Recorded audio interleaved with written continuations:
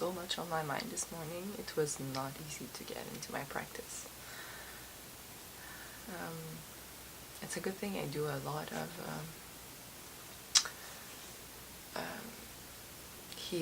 it's called a miracle tone. It's solfeggio music before I get into the guided meditation, to try to quiet my mind and let go of my thoughts. A lot has happened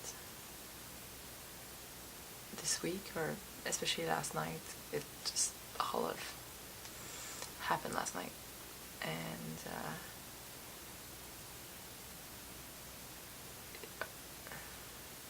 it does have an impact on our meditation practice, right? Because we stay, even as marvelous it could be as an experience, we stay human, and we still have all those feeling, emotion, events that happens every day,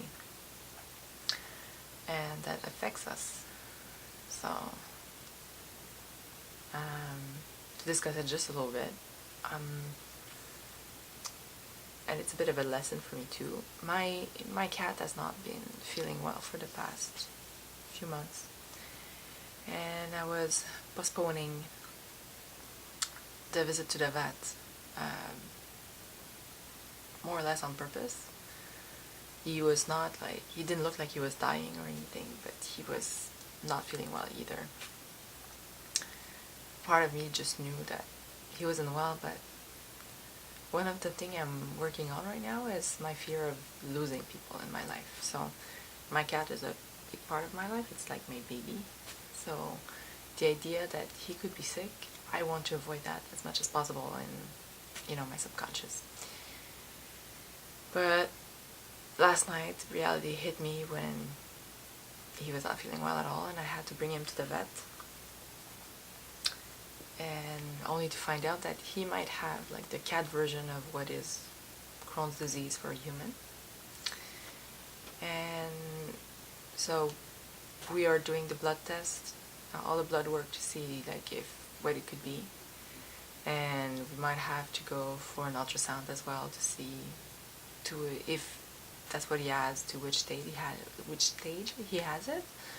But the trick with my cat is that he has heart murmurs on both sides of his heart, and the same reason why I cannot really give him asthma medication. I won't be able to give him for the long term the inflammatory digestive condition medication. It's because it has cortisone, and after a few months, if he takes it, he will most likely start having water in his lungs because of the heart murmur. So it feels a bit like a catch-22. It's like he has those conditions I cannot give him medication for because of the heart murmur. So he gets more sick. So my options will be probably to change his diet. And a month ago, my sister's cat also had health issues, and she had to be put on a specific diet, which my cat and my sister's other cat could also be on, which is a I won't say it. It's so you don't form crystal or stones in the bladder. So it should not affect the other cat. But my cat, with his condition, he will have to go on a specific diet to make sure that there's absolutely no allergen in his food. So we're going to have to start feeding cats in different rooms to make sure they don't eat each other's food. So I had all of that in my head this morning. It's kind of stressful. And then with the blood work and this condition, she said that it affects other organs like the pancreas and the liver.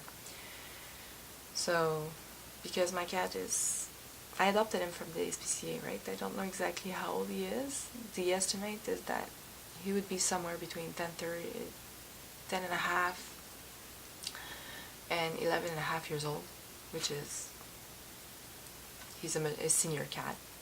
It's geriatric work we're doing on for him, which is funny because he still has the energy of a kitten in his good days, which is pretty much all the time. But I don't know what I'm going to do with all that.